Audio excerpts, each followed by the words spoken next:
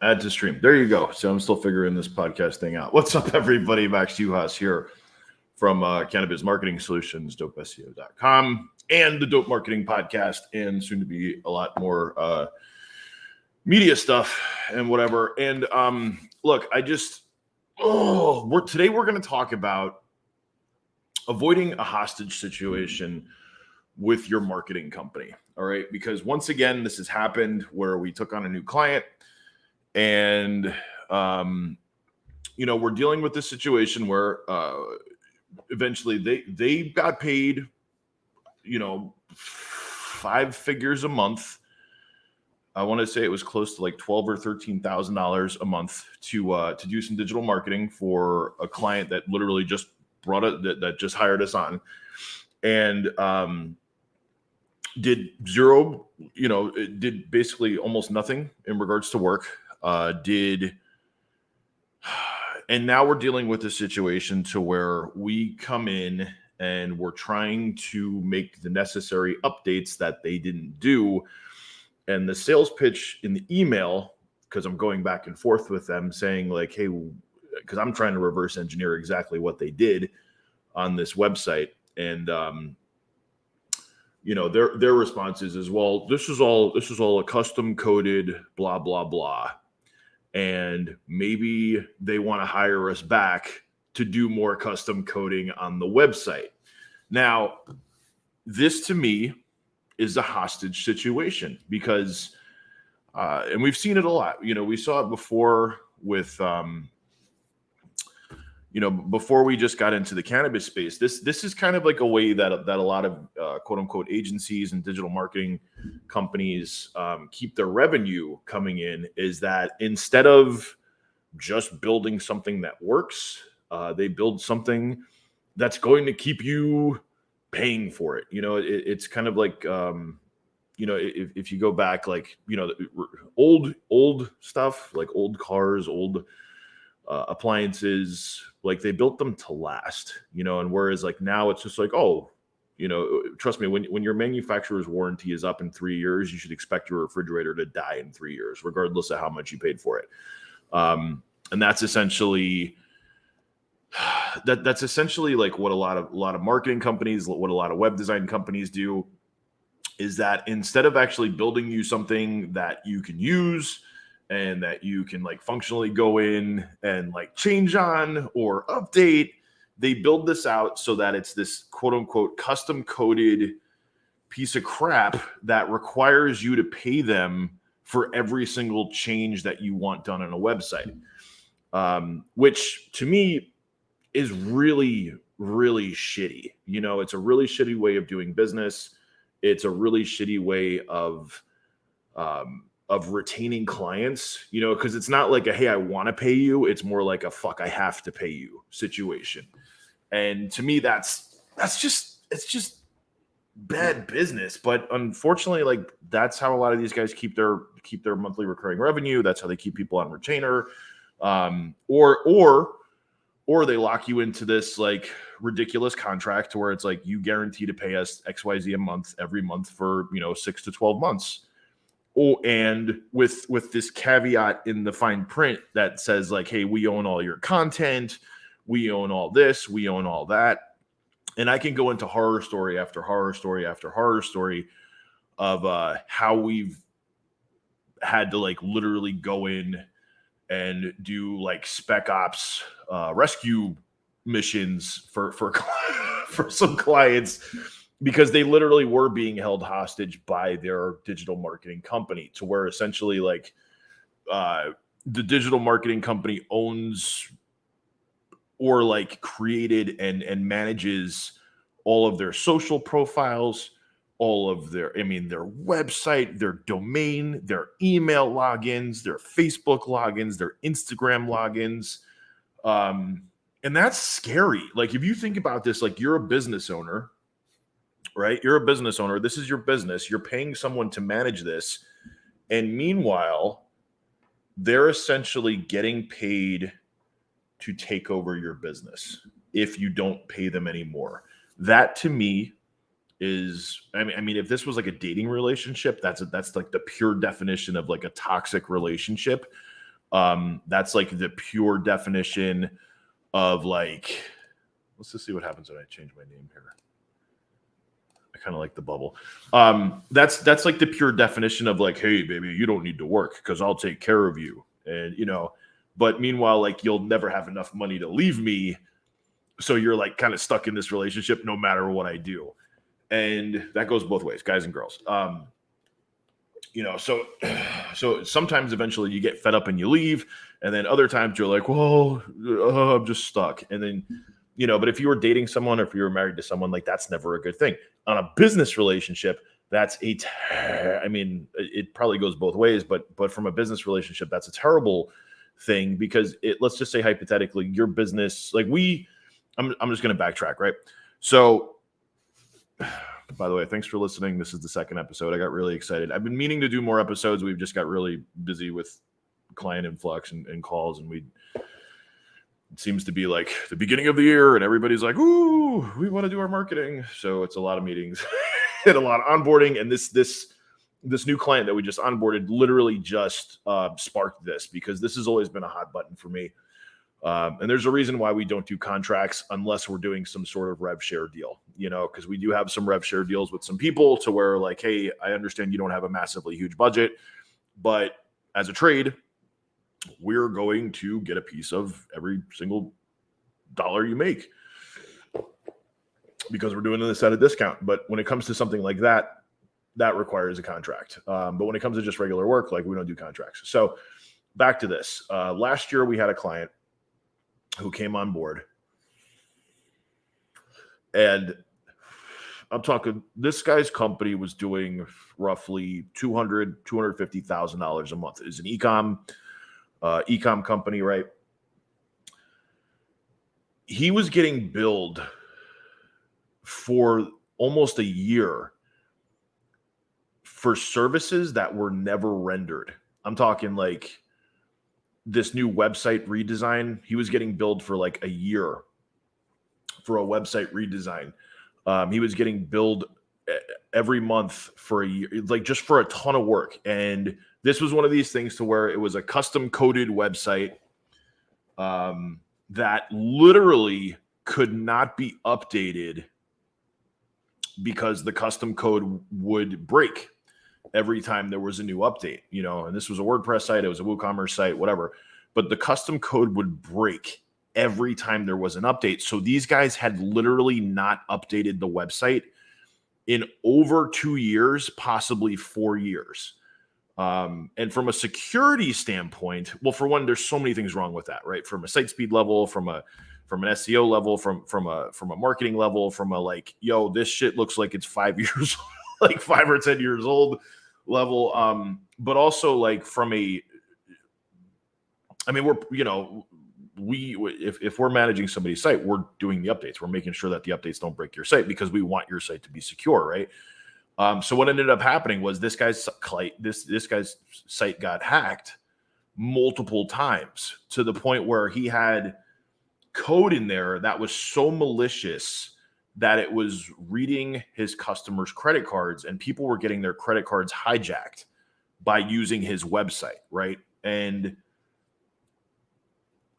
I mean, there were it was so bad. And the marketing company that was managing this, their response was, "Oh, we'll just revert it back to before the hack." So that would wipe all the transaction data, that would wipe all the sales, that would wipe all the other stuff, but it would also essentially it wasn't even like a Band-Aid. It was almost it was a repeating process to where the site would crash, the site would go down, the site would get hacked, whatever. And I mean, I'm on the phone with the guy, and he's essentially like losing his mind because he's like, I'm losing my business. My website's been down for 5 days. They haven't put it back up. I'm losing money every single day, and these guys suck. So essentially what we had to do is we had to go in and we had to backdoor them, and we had to basically, for one, clone his site, for two, rebuild his entire website, and then like more or less, well, he was smart. He actually has a lawyer on retainer, and his lawyer sent a very wonderful letter, because essentially what they were doing was theft. because they were sending him invoices for work with no, but it wasn't even like an invoice. It was like an auto charge on his card for work that was never, ever being done. It was like, well, what are these for? Well, these are for the websites. And it's like, hey, well, what website? Because I haven't seen a mock-up or a working exam. And for one, if you're paying somebody for, and I think it was like $5,000 a month for this website redesign. If you're paying somebody $5,000 a month, and let's just say that goes 6 months, that's $30,000, right? A $30,000 website should blow your mind. It should not look like one of your overseas interns or $3 an hour workers just pulled together some template thing off of Elementor or some other, whatever those fucking stupid theme sites are that we never use. It shouldn't and it essentially, like, you just copied the code from the old site into the new theme, and it doesn't even look any different, and it's still broken, and you still can't update it. But essentially, like, we saved them. They're doing very well now, and they're very grateful, and they pay us every month, and their business is making money every month. But this new client, once again, because this like sparks it, because this happens so many times to where it's like, oh, well, we own your site, and we own this, and we own that, and we. The response from the original dev team wasn't like, oh, yeah, hey, I'll show you how to make the changes. The response team was like, oh, well, this is a very serious amount of custom coding.